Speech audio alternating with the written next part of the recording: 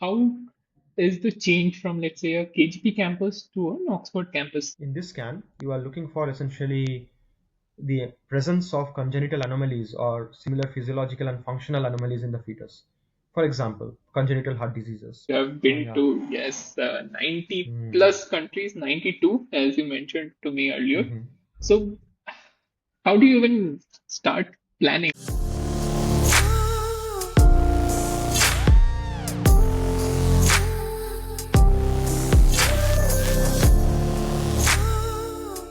Hello, guys. Welcome to a brand new episode of IIT Podcast with Somnath. And today is again going to be a very special episode. My next guest on this show is not just an ordinary IITian. He's truly a role model, you could say. He has Um, received the prestigious Rhodes Scholarship in 2016 and has not limited himself to just that. He has gone on to do many great things in ML, AI, specifically in the medical field. Then he has been designing coursework in the Chanakya University, and then his life is almost like a movie. So he has traveled to 90 plus countries only on business class, of course, and then is a very big fan of petting cats. His Instagram page will be full of cat photos more than his photos, and we'll talk about all of this stuff. So, introducing Arijit Patra, my friend from first year, I've known him, and now he has gone on to do many great things. So, welcome Arijit to the show. Okay, thank you, Somnath, for the invite. Just for clarification, I do not usually travel business class, at least not on my own money. Yeah, you should always try to travel business class as much as possible on other people's money. Okay, great. So, Arijit, you said that you have been following some episodes on the podcast. It's great to hear that it's reaching audience. And uh, this will be a little bit of a different format than other. So, we'll start off with the section of life at IIT first. So, let's say, Arijit, you have found out, you have cleared the IIT exam, and then you have received mechanical engineering branch as your department. So how is that feeling like? And do you remember any first impressions of getting into IIT at that stage? Well, I mean, for me, it was slightly different because I've had family members in the IIT system for a long time. So the first time I actually saw the IIT campus was when I was maybe like, my first memory is about 10 years old or so, specifically the steam engine model that we had, behind the old building. So that was my first memory of IIT Kharagpur as a campus. And as such, like having had family members within the system, it did not come as a complete surprise or as a complete culture shock in a sense, because I mean, obviously, like when you grow up with other family members who have been through the system, the pressure on you, as you understand, increases a few folds. So it's usually a sense of relief that actually comes in that, okay, that's one stage of life as was envisaged by, your family or your socioeconomic conditions, etc., kind of complete. And now it's time to worry about other things. And I obviously, as I was famous for, I worried about a lot of things all the time. But generally, yes, I mean, my first memory of the Department of Mechanical Engineering, uh, it was the Nescafe behind the department, and where I ended up meeting one of the most famous professors at IIT Kharagpur, who shall not be named. He was very famous for very particular activities, and I got a very nice set of lessons from him because I did not throw the coffee cup properly in the bin. But anyway, so people who know or can guess what I'm talking about, it's exactly what I'm talking about. And the person, obviously, we had him teach us a few courses and got to know him better over the years. But yeah. Okay, great. So initially you talked about coffee, and let me talk about a little bit on food as well. So you are a Bengali, Mhm. you have been raised on Bengali food, quite like me. Mhm. So did you find it difficult to adjust to the mess food at IIT, or was it's fine? Well, well. Well, I mean, look, I mean, the mess food, as I can say now, was an acquired taste. There are things that you don't like necessarily because of the taste, but you end up liking because of the memories it forges, to put it diplomatically. Like I said, I want to keep this podcast family friendly, so I would not be descriptive about the mess food. But what I can tell you, and this kind of, you mentioned that I have traveled to quite a few countries, etc., etc. When people say that the IIT food is designed to build your stomach in a way that you'll never suffer from any other stomach related ailments ever. I can assure you that it is true. I have never fallen sick because of any stomach related ailment in all the 92 countries I visited in all the years after IIT. So clearly the mess and the canteen food, yeah, kudos to Carlos and obviously the RP Hall mess. It has had a lasting imprint on my stomach. Okay. I remember, eating alongside you in the first years in Triple M Hall Mhm. mess. Yeah, yeah, We yeah. used to have those rotis, the small rotis, and it used to come out of a machine. And yeah, Yeah, it's I should tell you this, like because I recently visited the IIT campus. It was holiday mhm, time. yeah. I also visited for a day last year as well, and this was like right before, I believe it was in late November, so just before placement. So the I went to the canteen, and I was having Bhatu Maggi after like 7 साल हो गए थे, हाँ 7 years or so. IT canteen में menu जो भी हो I think वहाँ पे शाम में एक मैगी चलती है जिसमें ऊपर बटर डालते हैं धनिया डालते हैं और उसको भाटू मैगी नाम से बुलाते हैं. Man, like that taste is not just a taste; it's an emotion. I mean, I remembered exactly the texture, exactly how it felt like. So I think like there was a message there. I mean, it's not about the taste of the food; it's the emotion about the food, really. And you need to appreciate those things. That's how you cope with it. Yep, and someone else Mm. on the podcast also mentioned it was not about the food, it was the company that went alongside with the food, the Absolutely. talk and emotions, as you Yeah, said. Yeah, absolutely, absolutely. it. Mm. So, okay, we talked about the food, we talked about your department as well. There are other stuff related to IT culture that you might have also experienced. So, as a Bengali, Durga Puja is very big Mhm. for us, but in KGP, especially, Illu and Rangoli Yeah. at that time is huge. So, what were your impressions of those? Oh yes, I mean, obviously, most of my direct participation in Illu or Rangoli was quite limited to the amount that I was forced to work for Illu in my second year. I did not really work extensively on those aspects of the hall life significantly after that. But as such, I mean, come to think of it, as alumni, you realize the effect it had, and this is one of those things you talk about the moment you talk about Kharagpur to say, audiences both national and international, including those from other IITs and other institutions.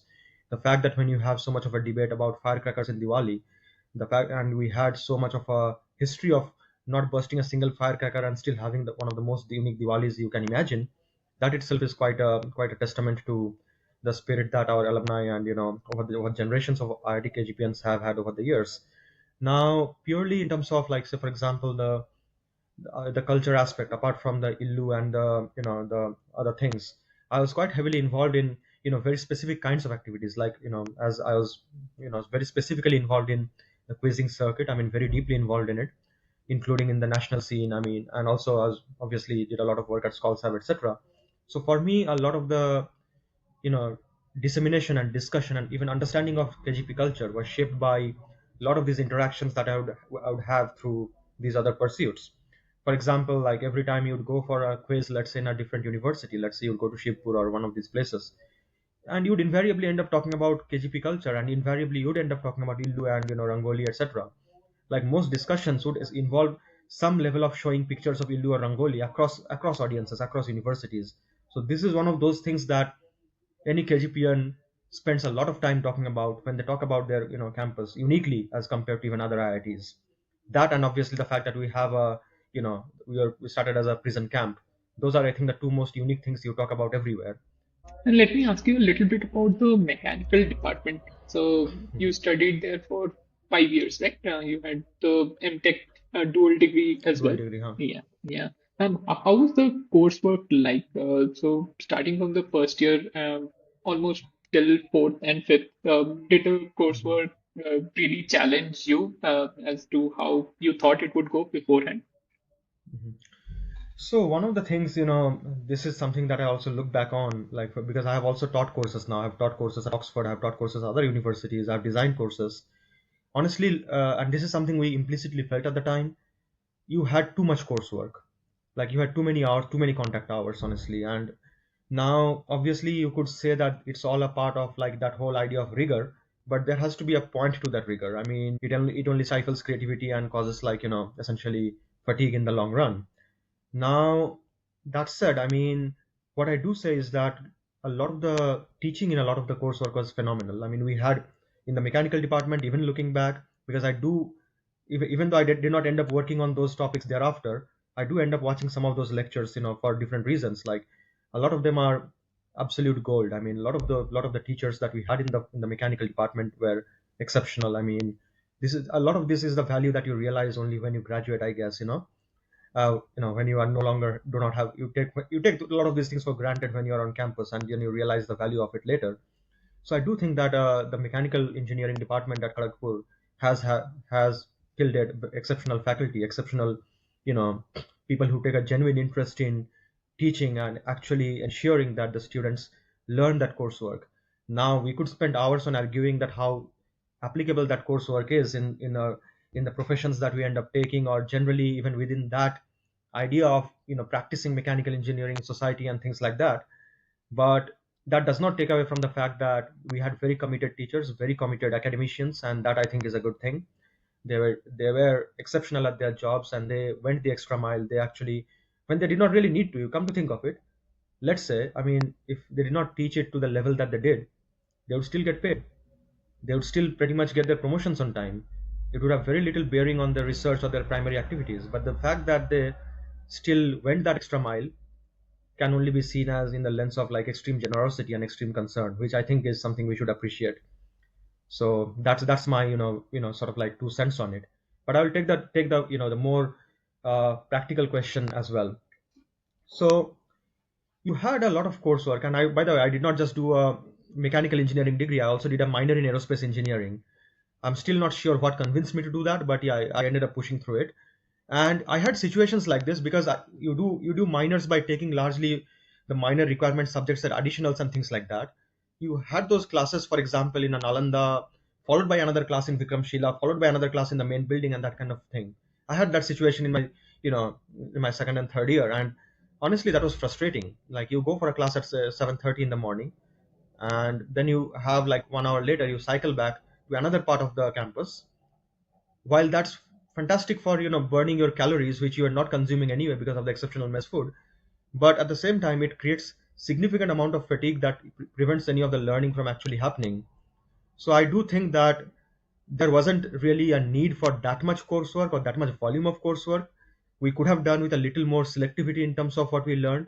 And frankly, I mean, in a world where engineering degrees are awarded for much shorter durations and much shorter credit requirements, without particular decline in the quality of the engineers those institutions, say for example Oxford etc., produce, I mean, you don't really need that many depth courses. Honestly, that's my feeling. I mean, you can do it much lesser depth courses and a lot more flexibility in choosing your additionals and how you want to shape your degree. Yeah. And so a couple of points there. You mentioned the excellent the teachers or professors in the mechanical department. I can definitely attest to that. In our Mhm. first year, I remember there was this intro to mechanics course, which was common for all of the students. And there was the teacher, Biswajit Maiti, professor. Yeah. He was Mhm. excellent. I think that was the only subject I attended all the classes in the first year. He used to teach very nicely and even complex topics, and felt like pretty simple when he was teaching all of those stress, strain, and some of it I remember. Mhm. But yeah, he was a very good teacher. And then again on Absolutely. the coursework you mentioned, same for EC department as well. I think it's a lot of volume. Specifically, I think some departments have this CS, EE, EC, Mhm. mechanical, and some of the so-called top branches. Not a coherent kind of coursework that they are designed. It could be better. Maybe it has become better, but yeah, I felt it at that time.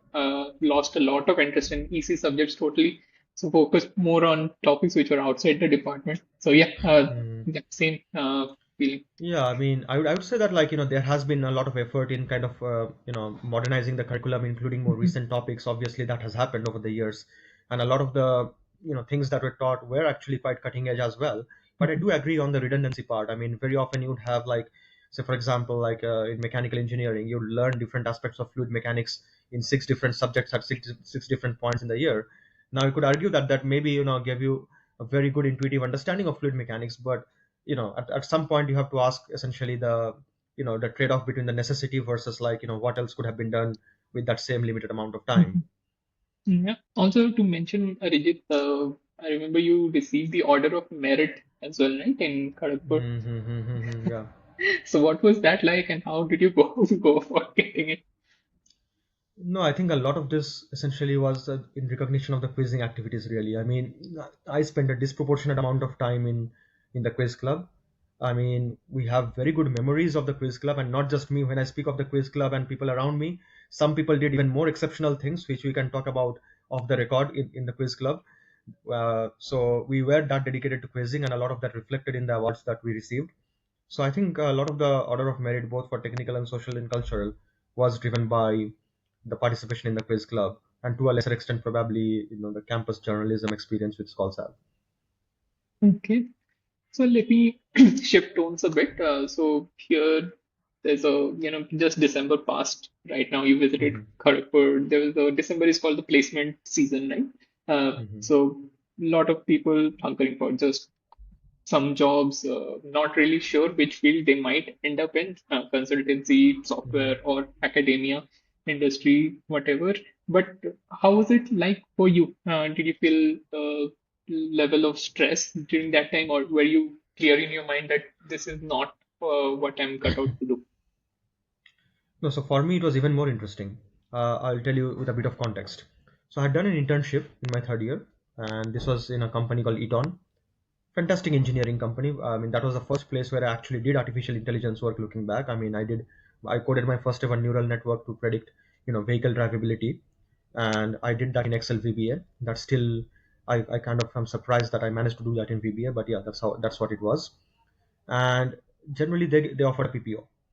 Now, I also had an opportunity at the time to do an off-campus interview with Honda because I had gotten a Honda ES award as well, and done an internship in University of Tokyo on the Honda ES award. And they kind of their HR had kind of made this as a, kind of like a sort of a non-binding offer that you guys can kind of like contact us if you would like to be interviewed in our office for a position in Japan. So at this point, I was kind of like in a very confused state of mind that should I go ahead and accept a PPO from the internship offer, and then kind of like rely on essentially the off-campus option of Honda. And at the same time, there was this whole thing that I might want to go for higher studies, etc. But like a lot of us think about it, I used to think that maybe I'll work for a year and then kind of chill and then apply for graduate programs elsewhere, etc. So that was kind of like a very fluid, confused state of mind whether to sit for placements or to take a PPO, and I was not able to decide till the last moment. They kind of like eventually I was like fuck this shit. I mean, we'll just let us accept the PPO and then we'll think about it. Not an easy decision, a decision that I kept brooding over for days afterwards. And quite frankly, at the time, a lot of our consideration is focused on the CTC aspect of it and the salary and the package aspect of it, and that was obviously topmost on my mind. And a tip too, I mean, honestly, now that we are talking about packages and stuff, I would want to mention that because every placement season this is the same story, that you have, like, say for example, if not you, maybe your the society around you, your family members, kind of focus too much on numbers and too much on designations and things like that, which in the grand scheme of things is highly counterproductive. I would not blame the say your families or yourselves for focusing on that. I mean, we are a product of our socio-economic environments, and a lot of our aspirations and achievements are really focused on exceeding the bounds of the socio-economic environments we come from. And only when we do exceed them in some sense do we really go beyond that and think about what other aspirations we can potentially have, which is why you have that famous saying that we all decide to become engineers first and then decide to what to do with our lives. And people have done fantastically well on this regard. So that was essentially, you know despite all of these things, everything that I just said, when you are in the campus, in that tribe of yours, in your hostel room, it's very difficult to think in such big picture terms. You invariably at that formative age have that tunnel vision, and there is no escaping from it.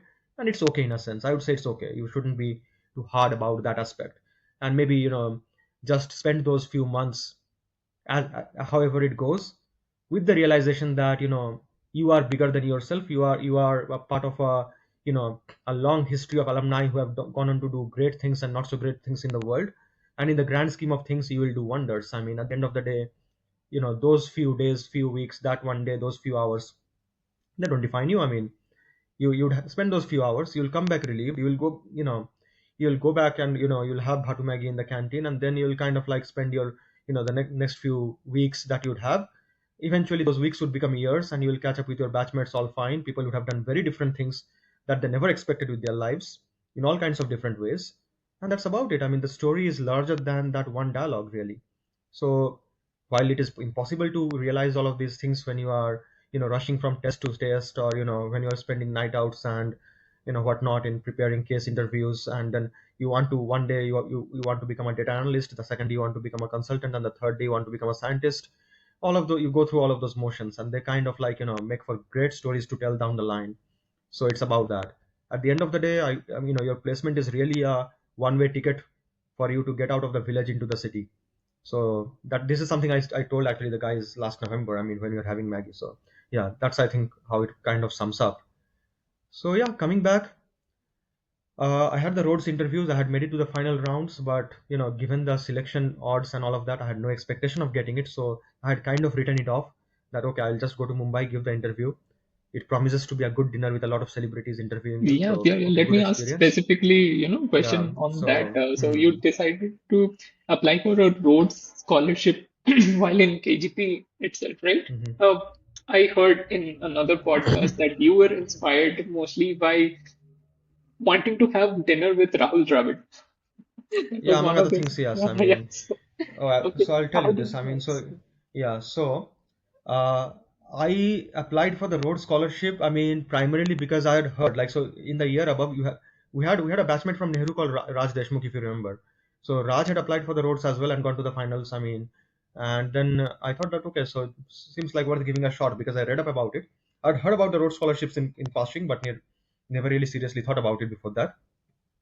Then I googled up and saw that okay, over the years, who were the selection committee members, and I saw that Rahul Dravid has been a member of a lot of selection committees, and so have been say people like Manmohan Singh, etc. And I'm like, wow, okay, this I mean like it doesn't really cost anything to apply for this. And at the time I was in Japan at Tokyo, and I was like, okay, the hours are long here anyway, so what am I supposed to do? I'll just write up and say, for example, just give it a shot and see how it goes. The odds are exceptionally not in your favor, so I was like, okay, there isn't exactly an expectation of getting it, but let's say, what if I get to the final rounds? That in itself promises to be quite an experience. I mean, so effectively, there was that proper noun value to that, that endeavor really. So that kind of was a motivating factor. Now, when I say it this way, people would be like, "ये क्या बोल रहा है?" मतलब ऐसे ऐसे थोड़े कोई करता है. But this is how it is. I mean, some of those things you do, even if the application process is fairly laborious, you still push through it because you somehow deep down feel that this is one of those things that is worth giving a shot, even though you don't feel like you'll really make much of it. And that is how this was one of those things, really. So I did have a bit of an inclination to do, say for example, maybe some level of a master's or a higher education at some point. And I was like, you know what, if not anything, this can be one of those opportunities to kind of refine those things, because I could always kind of like use this as a starting point for those SOPs that I would have to write anyway, etc. So that is how I kind of ended up doing it. So I mean, okay, Rahul Dravid was not on that panel, not in that interview, and I was like, okay, so bit of a disappointment, but okay, at least the food is good. And that night, I spent that night actually. I stayed with Abhishek Malhotra and Pratik Raj. They were sharing an apartment in Mumbai at the time, so I spent the night before the interview in their place. And after the dinner, I went to their place, and then I found the key which they had hidden one floor above, below a chair somewhere, for me to find it and then open the room because they had not arrived back from their offices. That's how I found the key. That was a mini adventure in its own right. And then I slept off, and the next morning I took a cab, went to the interview venue, vomited outside the venue because of it was a pretty hectic journey the day before. I had actually left an exam halfway, taken a cab to Calcutta airport, and then boarded the flight. So it was quite a hectic day. And then this was in Aditya Birla's office in Lower Parel in Mumbai, if I remember. Yeah. Then I vomited in the car, so the taxi driver started demanding more money. Then the guards of that office came out and kind of like kind of settled that discussion, gave me water, and escorted me into the interview venue. I'm like, at this point, my mind was all over the place. I mean, it was not even in an interview state. And looking back, that kind of helped, I guess. I did not really think about any of the answers I gave. So it was a classic be yourself because I was not in that frame of mind where I could be composed. It was a very eventful morning. And in some sense, I'm not sure what exactly they saw in me, but they had selected me at the time. And that kind of changed a lot of the thinking thereafter, because I had to take a lot of the decisions thereafter in a lot more concerted fashion and decide what to do exactly. Okay. Just to continue a bit on that Rhodes Scholarship, it's very prestigious. Uh, I think in 2016 only 89 people all over the world received it, Yeah. right? Hmm. Okay, and you were one of those. And for people who don't know, there are many very famous people who have received this Rhodes Scholarship. Namely, you will know Bill Clinton, Pete Hmm. Buttigieg. There are, Yeah. Terrence Malick. Very famous people, and Arijit is, on that list. So yeah, congrats, Arijit. Started off in 1902, right? You Yeah. mentioned in another podcast that it did not have a very it had a very controversial Yeah. topic to start on, and Hmm. later on it improved. So could you, elaborate a little on that as well? Hmm. So yeah, I mean the scholarships themselves. I mean, there is a bit of a history how they started. So you had a gentleman known as Cecil Rhodes, who even by the 1900 standards was fairly controversial. I mean, he deeply believed in the colonial destiny of the British Empire and everything that is associated with that, and essentially made a lot of a fortune in Africa through, let's just say, very questionable means, and was seen as an architect of British colonialism in most of Southern Africa, to put it mildly. And at different points in time was a prime minister of the the Cape colonies in South Africa, and so on and so forth, was an architect of the apartheid, and as recent research shows, was one of the instigators of World War One by in order to boost his own fortune through his diamond trade. So he is also known more prominently as a founder of De Beers. I mean, the so-called diamonds are forever kind of the legacy that we are talking about now. One of the things that he very curiously did, I mean, he passed away actually fairly young, like at the age of 49 or 50, if I'm not wrong. He donated a lot of his wealth to the University of Oxford and made a will saying that he wanted to kind of start a scholarship in his name, endowed in perpetuity, for and in his words, like, he wanted individuals who would kind of fight the world's fight and accelerate the progress of humanity and all of that. I mean, coming from a character like that, this was quite rich. I mean, come to think of it, like, this is almost like a split personality that we are seeing there. However, the scholarship was set up and became the first ever international scholarship of its kind in the world, and a lot of the successive kind of grants and fellowships that we have had over the last 100 years kind of mimic that model of using like endowments in perpetuity to, and using the interest and the returns on it to fund students and scholars for specific kinds of studies over the years. So in a sense, this was quite an innovation. Like, there wasn't exactly a in an opportunity like this prior to that. So this made a lot of news and as such attracted a lot of attention. Now, over the years, obviously, because of the controversial origins of the scholarship and the kind of requirements Cecil Rhodes had placed in his will, for example, the exclusion of women, etc., they had to be kind of like edited by acts of parliament in the UK and elsewhere. And then other kinds of like changes were made over the years.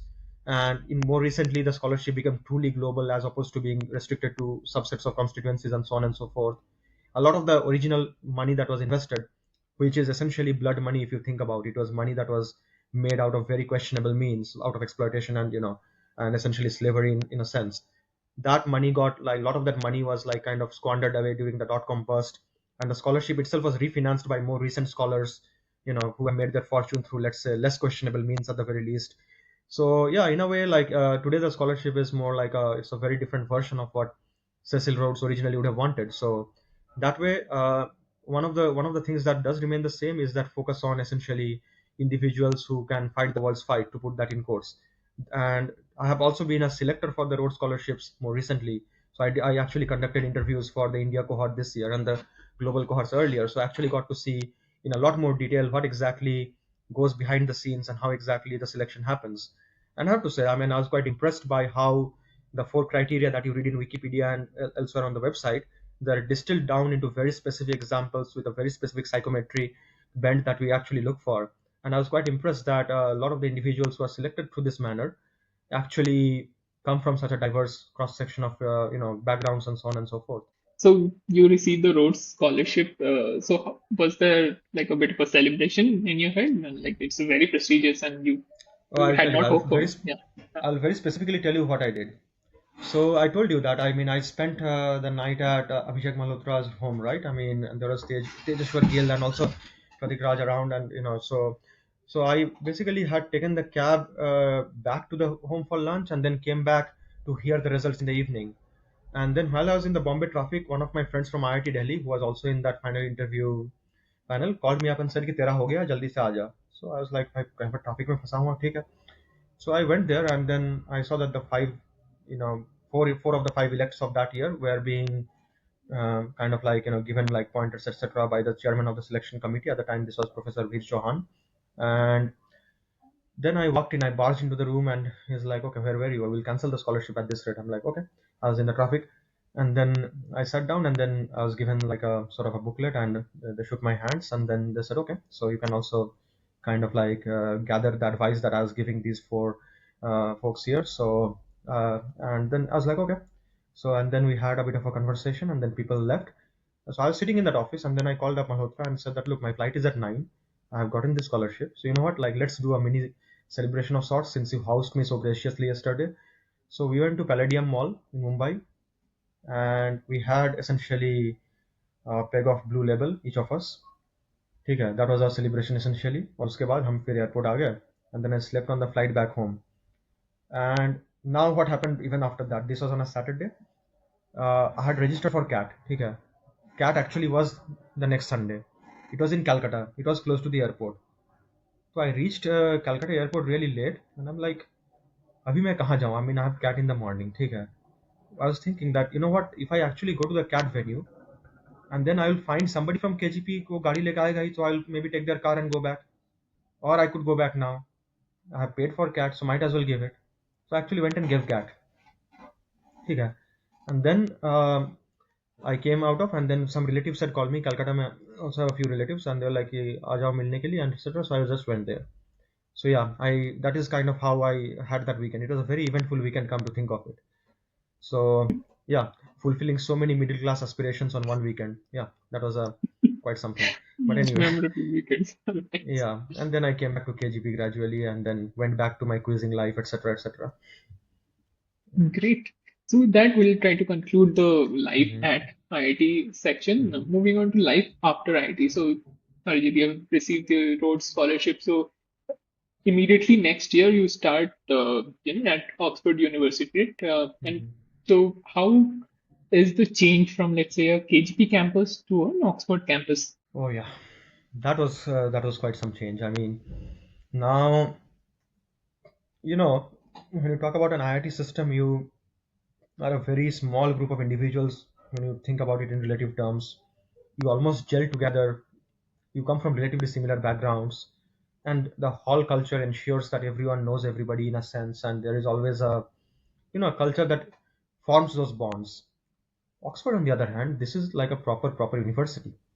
You have way too many people from way too many backgrounds doing way too many courses, and you are just another fly, another brick in the wall, really. At least, when you start out, you do have essentially, the whole college culture in Oxford, which kind of mimics hall culture in a certain sense, in that you do form loyalties based on your college. You kind of spend a lot of your, if you're an undergrad, your academic time, and if you're not an undergrad, then a lot of your non-academic time in that college environment. But even so, like, there is such a diversity and confluence of interests that it can be both a good and a bad thing. Like, if you are not one of those people who is good at, like, meeting people and making friends, it can be quite a nightmare. I mean, as it was for me initially, you don't really find your people, and there is no automatic formation of those bonds as would happen, let's say, in an IIT hall, for example. So in a way, you have to learn how to make friends very actively, and this is something that does not come naturally to a lot of us. I mean, quite frankly, this is not something we, it kind of like actively or inactively learn for a lot of us when you are going through those rigors of JE preparation and things like that. So, which a lot of people outside, for example, invariably end up acquiring those social skills and those kind of like, kind of these abilities to navigate through different social circles. So, in a sense, that was not a very easy experience. But I started out doing essentially a DPhil, or as a PhD is called here, a Doctor of Philosophy, they abbreviate to a DPhil, in tidal power optimization in the engineering science department here. And overall, like, initially obviously it was quite at least the, let's say, the non people aspects were quite amazing, in the sense that The first culture shock was that the ready availability of alcohol, and the fact that it was much easier to get red wine in different events than even water. That was the first culture shock. And and also like the fact that every event that you go to, society events, etc., they give you so much free stuff like t-shirts and things like that. Those were the first culture shocks, really, beyond like the personal aspects of it. And then of course, like, you try to settle down. There are a lot of events happening in this place, and generally you kind of try and absorb with the weather and with the new environments and things like that. The Rhodes House, yeah, they did a lot of events, and you actually meet a lot of Rhodes scholars, including some of the more famous names you talked about, even in your initial days, and so on and so forth.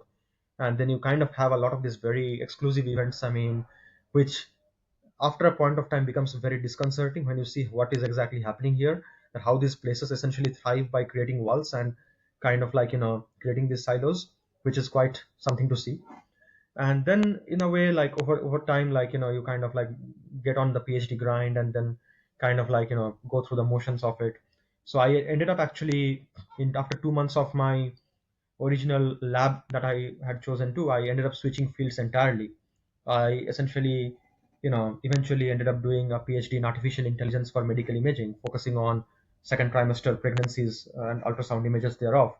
And the way this happened was actually quite non-standard looking at it. I mean, normally when you go start a PhD, particularly in a lot of European systems where you don't really have a lot of coursework before your doctoral research, it is not exactly a cakewalk to simply switch majors just like that, even if you have a prior background in those themes. Here, I had no prior background in artificial intelligence per se. I had never done a course on machine learning as such, nor anything related to ultrasound or healthcare or anything. And yet, I was cold emailing in 2 months' time to different professors saying that, okay, I want to do this. And at this point, I mean, the reason why it ended up doing that was I got heavily interested in a lot of the AI research that was happening. I mean, our lab at the time was located next to some very famous computer vision groups in the world, like the VGG in Oxford and things like that. And as such, I would pop into their reading groups and their seminars and so on, which I must say they were quite well endowed in terms of the kind of things they would have in the seminar. And I got quite interested in those themes, and I thought, wow, this is something that is worth doing. But how do I do it? So I asked the Rhodes Trust that can I actually make such abrupt changes, and they basically said that, look, the money is guaranteed. So you could go tell prospective supervisors that all failure is yours and all success is theirs. And if you want to do a medieval history DPhil, we are happy to support even that. Just find someone who is willing to take you. So before Christmas, I was emailing a bunch of like supervisors, and I ended up choosing the supervisor who replied first. Essentially, it was later I realized it was because her PA handles the emails. She is too famous and too busy to reply to such boring emails from students. And anyway, so that's how I ended up choosing this lab without any real background, and said that, look, I mean, obviously, I don't really have a direct background in these themes, but I think, you know what, I can pull this off. And what my professor said at the time was interesting. She said, look, you went to an IIT, you did some very mathematically intensive coursework in mechanical engineering and aerospace engineering. So as such, my and this is what she said, that you are quite computationally minded. My worry is not in you kind of like, you know, not being able to put up to the rigors of a PhD in this field, because honestly, the mathematics around artificial intelligence is not as advanced as you do in, like, say, more mainstream computational fluid mechanics, etc. So she said that my worry is more like your motivations of doing this. So you need to clarify in your head that why exactly do you want to do this? Do you really want to work on this theme, or are you just doing it to go with the hype, or are you just, doing this just, because you don't like your previous lab for whatever reason? And I was like, look, I mean, let's be honest, it's an intersection of those three, really. I mean, obviously, I do have an interest. I do see the kind of like a motivation, like in terms of, okay, there is a very real difference in terms of the healthcare aspect that these things can potentially make. Would love to be a part of it. But at the same time, I can't deny the fact that I am motivated by the hype to an extent. I am motivated by the fact that I do not exactly entirely, deeply love my previous lab for that matter either. So obviously, it's an intersection of those three. She's like, okay, at least you are honest. So anyway, join from the next year. We'll, we will do the transfer paperwork, etc. And that's how I ended up switching my, PhD. Come to think of it now, this aspect, everything I described, uh, a lot of it, a lot of this kind of a motivation to do, or at least the kind of like the ability to pull this off, this is heavily tied to the kind of thinking that we absorb during our time at IIT, and so on and so forth. Like the education that you have, like not just in the classroom but elsewhere, and this is something I realized later. during your time at an IIT campus, it kind of like makes your branch and your, the immediate coursework that you do quite secondary. Right from day one, everyone is like, you know सीखा civil पढ़ रहा है, mechanical पढ़ रहा है, but बनना तो कुछ और ही है, and that is kind of like the mentality that we grew up with, and that is invaluable. That kind of gives you the thinking that makes you very agile. You don't have a second thought about changing your career or your major at the drop of a hat. You are absolutely comfortable with that idea, and that I think was an invaluable life skill, which, looking back, I kind of had absorbed and kind of demonstrated while making a switch like this. Because I've also seen, for example, a lot of colleagues and friends, brilliant people, absolutely brilliant individuals, who would balk at a suggestion like this, would absolutely not want to pull something like this off, because there is a deep-seated thinking that our major is our final destiny. So that is something that is a very distinct difference that I think the IIT education does give you. It's never about the quality of the coursework. It's about this kind of a mindset that you kind of over the years absorb. Yeah, nicely tied into the IT Hmm. education system as well. So I'll ask you about your work. In your time at Oxford, you were into AI and ML, specifically in the medical field of prenatal imagery. So how would you Mhm. best explain it? So you see, what happens is this: like during your pregnancies, during the 3 trimesters of pregnancy, normally in most health systems, you would actually have at least one imaging-based assessment.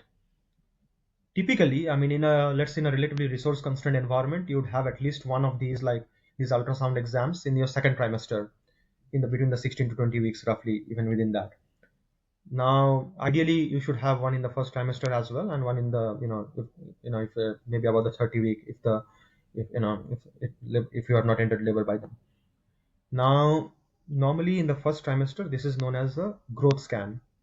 Growth scan being you are looking for the viability of the fetus, you are making certain measurements that attribute to the viable growth of the fetus, notably the crown rump length, which is the difference between the crown and the rump. Essentially, that length is an important biomarker for this, and you do a few other biometric measurements like nuchal translucency, etc. at this time as well.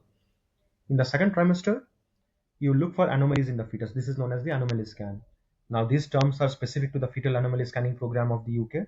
You use similar terms in India as well, but some countries may have different regulations around these. In this in this scan, you are looking for essentially the presence of congenital anomalies or similar physiological and functional anomalies in the fetus.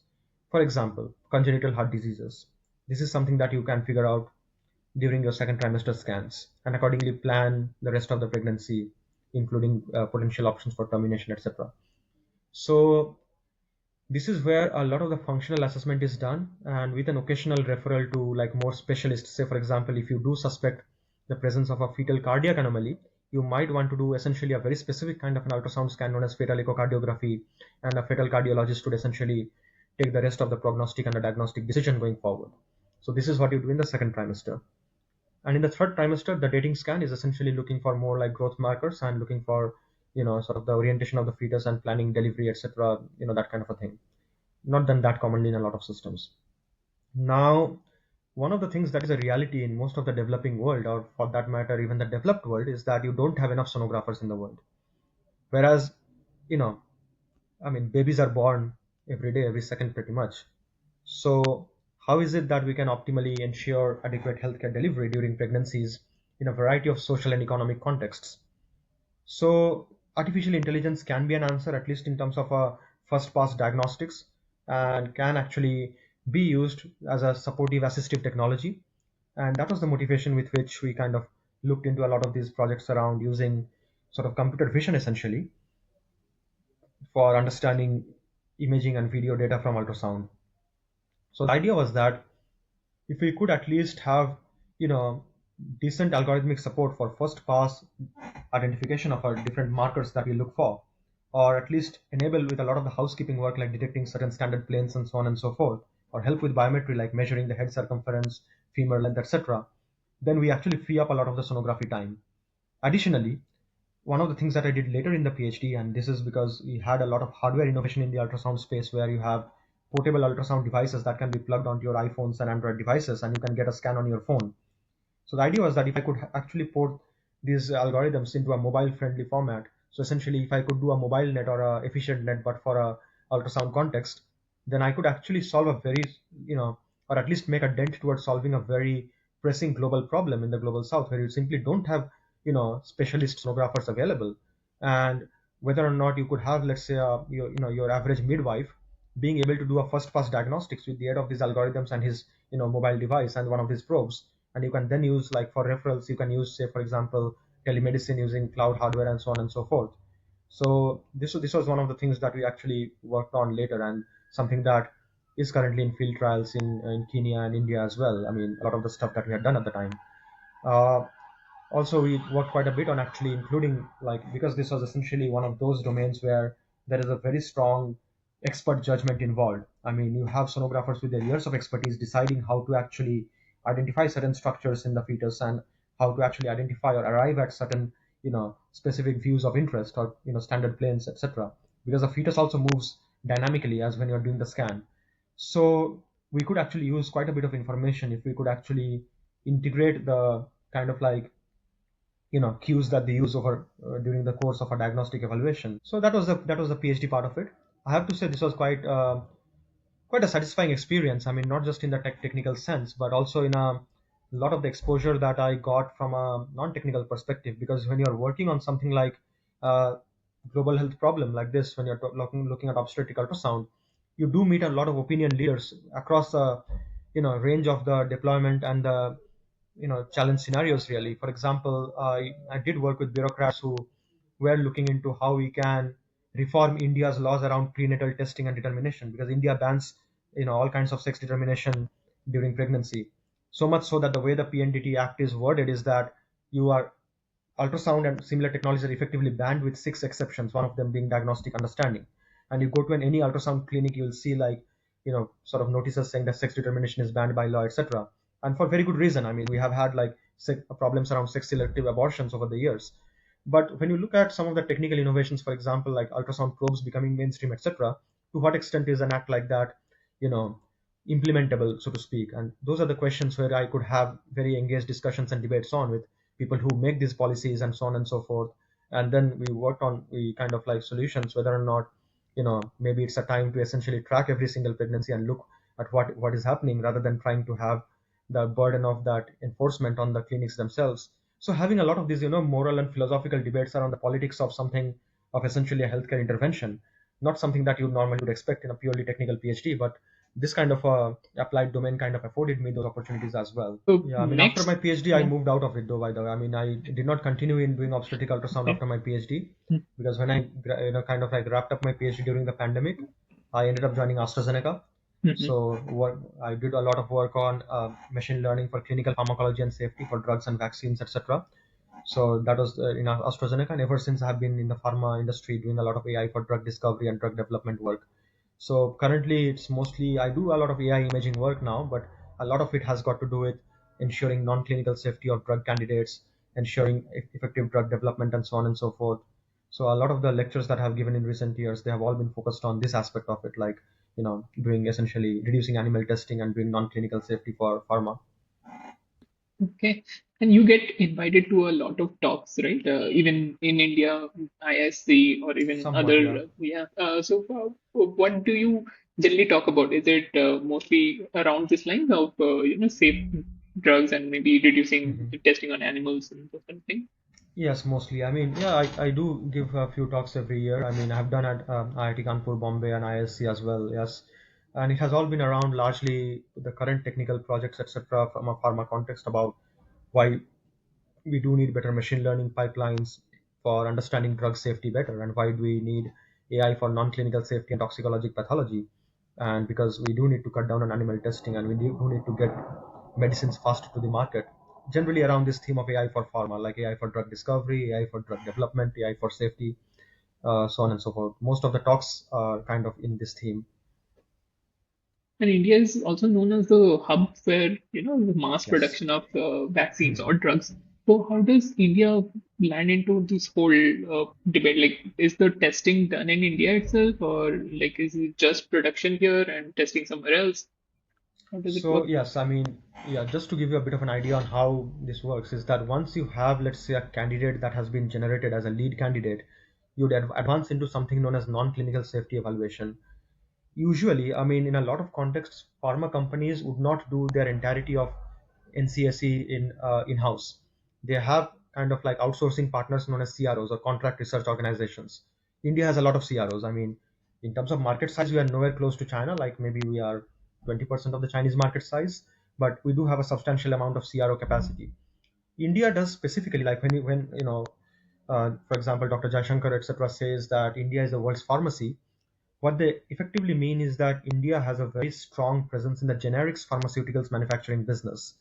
So a lot of the big Indian pharma companies that you hear about, they do a lot of generics manufacturing. So they are not really manufacturing, or they're not really engaging in what is known as biopharma R&D. Effectively, they're not really coming up with new drug candidates, but they are really kind of manufacturing generic versions of those candidates whose patents have expired and so on and so forth, or doing license production of different kinds.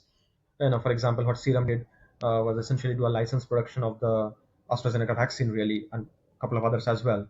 Obviously, one exception there was Bharat Biotech, which actually developed its own vaccine candidates, which is a brilliant example of biopharma R&D in-house. You had similar ones from Zydus Cadila as well, who made the world's first, kind of DNA viral vaccine, etc. So those kind of things do happen, and increasingly you have the industry moving towards biopharma R&D in India because they're moving up the value chain. They're investing quite heavily on that aspect, including acquiring assets outside of India. So that is something that we are seeing as a shift, and this is something that's quite an exciting time to be doing AI for pharma in India as well. Okay, great.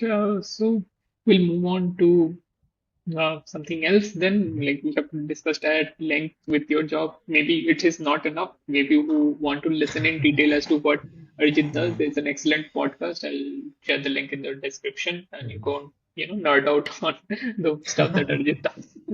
Yeah. Okay. So moving on to the I'll move on to the maybe rapid fire section. Yeah. Right. Okay. Okay. Mhm. Before that, yeah, forgot. Yeah. I'll edit this part out. Of course, No, no, don't your don't edit it out. It's all no. fun. I mean, the bloopers should remain. Yeah. Okay. ठीक है. Rapid fire. Favorite subject before IIT? Mostly physics. Is it great? Mhm. Favorite professor in IIT? That's a tough one. Okay. So the outlier favorite is always King Shub Bhattacharya of Mechanical Engineering Department. Forget about everything else. He was there for all of us when we needed him the most, like for a lot of different reasons, ranging from recommendation letters to general support and counseling and all of that. So he's the outlier favorite, no questions asked. Okay. After that, maybe specifically based on coursework and more general serious mentorship, etc. Sumanchak was good, was exceptional as an academician and as a research inspiration even beyond IIT. Sandipan Ghosh Maulik, amazing in terms of delivery of coursework. I mean, appeared very pedantic at times, but the quality of that coursework, that was worth its weight in gold. Like if any of us did pursue that direction, I mean, I did not, so maybe my, voice is not as valuable to comment that. But what I hear from third person feedback, it's absolutely amazing, those notes. Um, PKD, PK Das was pretty good to talk to generally for advice, etc. Were quite affable and quite friendly. And yeah, I mean, actually, I mean, quite to be honest with you, like we discussed earlier, I think the mechanical engineering department has had exceptional faculty who were amazing in their own ways. I mean, ranging from like basic discussions about uh, different academic and non-academic aspects to sort of taking the time out on a Saturday evening to explain you certain things because you emailed them. For example, I had emailed Chirag Kalelkar about understanding a little bit about Brownian motion, etc., and he called me on a Saturday evening to his lab and sat me down for 3 hours and gave me a tutorial. I mean, those are not things you find very easily in this world. I mean, and even outside of the department, I mean, you had professors like Basab Chakrabarti, who taught a course known as Innovation Management, was amazing in terms of the coursework delivery and general, support. So I think yeah, overall, like it was overall. I mean, it's a difficult one to pick from. Even like I'll tell you something very random here. I had gone to the technology this thing, the Viswasvaraya guest house. We used to go there for every time for lunches, dinners, etc. When the mess food was too much, really, right?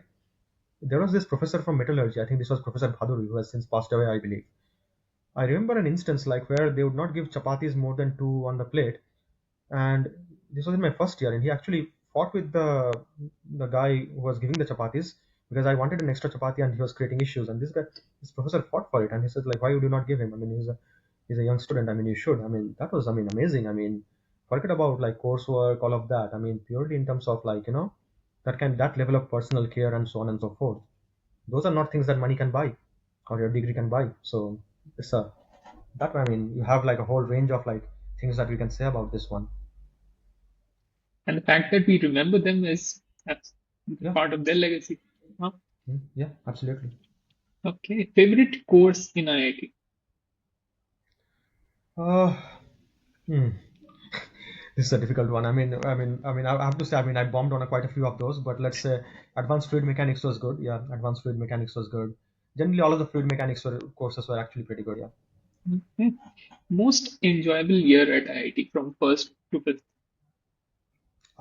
Somehow I have to say this. I mean, forget about years. Somehow the spring semesters were always more enjoyable than the autumn semesters. I don't know why.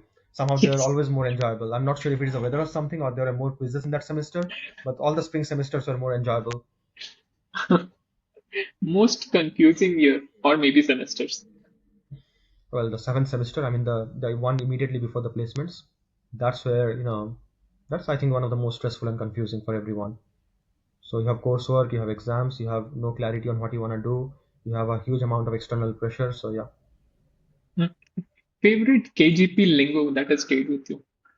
One that I still use and have taught people here, peace and load. Yes, I think that's a very universal answer. Okay. So even My Oxford office people uses, are. Hmm? yeah, I've taught everyone. My office uses like peace and load now. Forget Oxford, Okay. even in my company, I've taught people to use it. Nice. Okay. I'm carrying Great. forward the legacy. I mean, Okay. Hey, it would be a miss of me if mm, not we did not discuss about your travel aspects. You have oh been yeah. to, yes, 90 Mm, plus countries, 92 as you mentioned to me earlier. hmm. So how do you even start planning? Like it's it's like how many is it like 20 per year kind of thing, or how do you plan Oh, your it's trips? simple. It's very simple. Don't plan. If you plan these things, and particularly if you have a significant other, which you probably do at this point, you will never be able to get anywhere more than 10 or 20. So the only way to do this is not planning, having as many layovers as possible, maximizing all kinds of trips to conferences, business trips, etc., with as many layovers as possible, and just doing some of these things at a 48-hour notice at random. That's the only way you can do this. I mean, for example, I went to Ecuador in 2019 because my code was not working. I was getting way too many out of memory errors, and I was like, screw this. I'm going to Google Flights. I left the destination blank, put my origin as London, and found a really cheap deal for that night, and just departed and came back 6 days later. That's the only way you can do these things. If you plan too much, this is not going to work out. Some places you Okay. have to plan, but otherwise don't plan. Okay, great. So, let's say out of these 90 plus countries, which one surprised you the most? Hmm. I mean, I had very, let's say, unorthodox experiences in South Africa, and like it was quite a bit of a wild one, even skirting on the edge of the law at times. So it was quite a different set of experiences there. The country is known to be unsafe, but I did not really feel unsafe as such, and I violated all of the safety guidelines that are provided. Not recommended, but I did that at the time. मतलब जाने की जोश भी थी उस समय. So yeah, I mean that was quite a different experience. I've been to quite a few of these very least visited countries on the planet. So I went to Samoa, I went to Comoros and Kiribati, for example.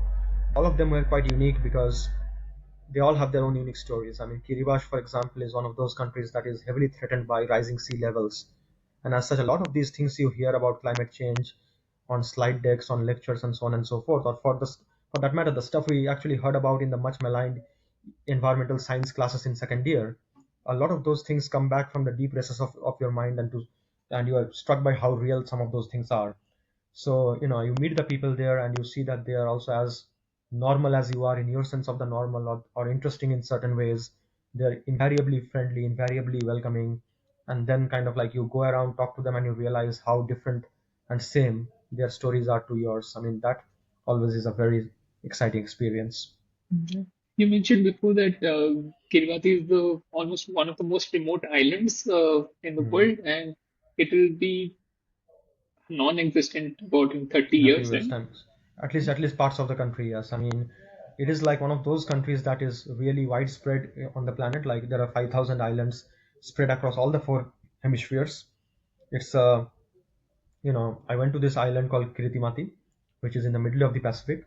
It's the first place that sees sunrise every day and welcomes the new year.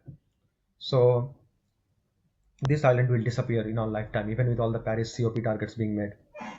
So yeah, those were quite surreal experiences in a sense, because you go there, feels like a random village. This, if I show you pictures, parts of the pictures could be from anywhere, could be from my village in West Bengal, but it's a very different location with a very different history and also a very different future. So quite a lot to take in when you go there. Mhm. And where are you planning next? Or maybe if you're not planning, where are your aspirations? Where do you want to go? Well, I want to let's see. I mean, I want to get to the 100 mark as soon as possible, but let's see. I really want to go to Cuba actually. Oh, and also a very endearing aspect of you, is the petting of cats. So you have petted cats in almost what every country that you've visited. They are Of course, I drawn to you mean, yeah. naturally, or are you drawn to them? No, I mean, that's my spiritual goal, to get a cat in every country on the planet. It's my spiritual goal and destiny. So that's something that, obviously that's what I'm there for. I mean, I've gone to crazy lengths to find cats in certain countries, including installing dating apps and looking for people with pet cats, and explicitly mentioning that I'm not interested in you. I'm interested in if you can introduce me to the local cats here, and I don't mean it metaphorically or anything. I mean the real cats, and I'll buy you coffee if you can do that. So yeah, that has worked me pretty well. Suggestions for No, I students who mean, are aspiring for IIT. Is IIT still relevant today as it was in our time, okay. or maybe should they have higher Hmm. goals, or how do you put it? No, I mean, look, at the end of the day, it's not about higher goals or anything as such, but come to think of it, I mean, let's take a step back and now think about what is it that made the IIT dream so aspirational for us when we were in high school. You know, no, we were talking about the socio-economic part of it earlier, right? At the end of the day, you and I, we come from backgrounds where there is always this constant push to kind of like exceed the bounds of the specific socio-economic environments you are from. We did not really do go to an IIT, let's face it very honestly, out of a deep love for engineering as such. I mean, obviously, there are those people, blessings to them, they're a minority. But for many of us, these institutions have been institutions for social mobility, really. And we started thinking about our lives, or not for that matter, after a certain semblance of that mobility was achieved, right? I mean, in a sense, like, when you do your first job, have your first paycheck, you have repaid family loans, etc. Maybe in those 1 or 2 years, you decide to, become an actor and become, maybe a traveler, become a whole host of different things in which a lot of you do very well. I mean, obviously. So in a sense, like, we did not really treat uh, this going to an IIT or going to an engineering college as an opportunity to do cutting edge engineering as such. A lot of us ended up doing that in different forms, no doubt. A lot of the people who were selected obviously were selected for a very particular reason. They had an exceptional amount of aptitude in a very certain specific direction. Fine. And that aptitude could have been channelized in a lot of different ways, in a lot of different institutions. But given, we have to think about why we actually did that now, if we are to be honest about it, for a lot of us. That said, if you were to look at the current generation of students, where, for a lot of people, that reality of social mobility is still very strong. For a lot of them, not so much. For a lot of people are more geared towards following, whatever their desires and passions are, and have that financial means and muscle to do that. So as such, I mean, there is no one answer to this one. To be honest, like purely in terms of the quality of the teaching, etc., IITs are fantastic institutions, no doubt about that. Purely in terms of the opportunities they open up, once again, pretty good institutions. You don't really have a parallel to the IIT system in South Asia or in most post-colonial societies for that matter. Something that you realize when you talk to a lot of people from a lot of other countries, how unique this system is. So as such, I mean, this coupled with the alumni networks and the very, deep, deep, deep, what do I say, deeply engaged alumni system that we have, I would say that going to an IIT is still absolutely worth it. It's worth its weight in gold. It's one, possibly, if you have to look at purely in ROI terms, one of the best investments that you can make in those years. Obviously, there are demerits in our time, like most particularly the fact that IITs were relatively unnatural environments given the sex ratio and whatnot, and that has improved dramatically now with a lot of the more recent initiatives. So, and obviously, there is a certain direction to that education that focuses on, not being too comfortable with what you do, etc. Once again, that has its merits and demerits as well, but still, I mean, as a balance, I think, yeah, I think it is still worth it striving for this set of institutions. Okay, very well put, Arijit.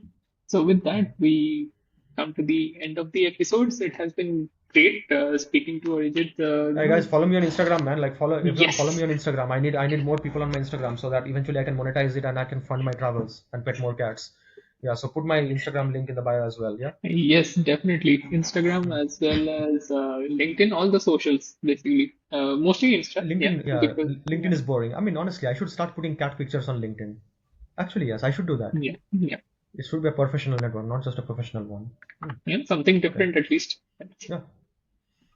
Okay, so Arijit has lived a very colorful life. I hope he continues to do so and entertain us with more cat pictures. Why not? So Hmm. yeah, thanks Arijit. Thanks for joining on this podcast. It's been great having you. Yeah, thanks for hosting me, Somnath, as well. Yeah, Thank you very much, and for everyone.